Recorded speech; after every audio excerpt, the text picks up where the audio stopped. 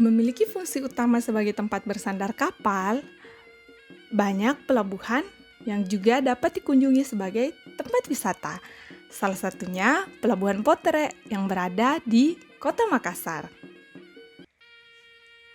Pelabuhan ini sudah ada sejak Kerajaan Goa. Hingga saat ini, Pelabuhan Potere masih dipakai sebagai pelabuhan perahu-perahu rakyat seperti Lambo, Joloro, dan juga Pinisi.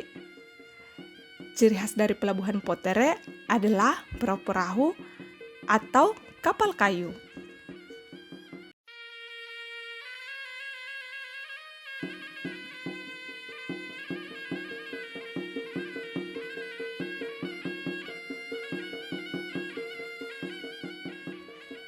Selain pelabuhan rakyat yang syarat akan sejarah, Potere identik dengan pusat pelelangan ikan yang letaknya tak jauh dari pelabuhan. Pelelangan ikan ini beroperasi dari subuh hingga jam 11 siang. Para nelayan melakukan bongkar muat ikan hasil tangkapannya.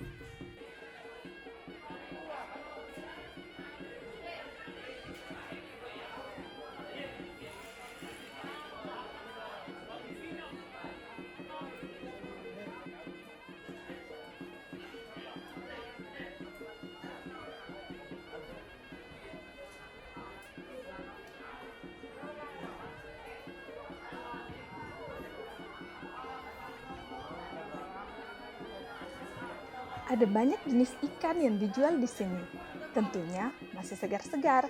Harganya pun cukup bervariatif. Jika kita datang pada subuh hari, pada saat itu para nelayan baru merapatkan kapal-kapalnya di dermaga. Jika berkunjung lebih pagi, kita akan mendapatkan ikan dengan harga yang lebih murah. Selain menjadi tempat bongkar muat ikan, pelabuhan ini juga berfungsi sebagai tempat pembongkaran berbagai jenis sembako.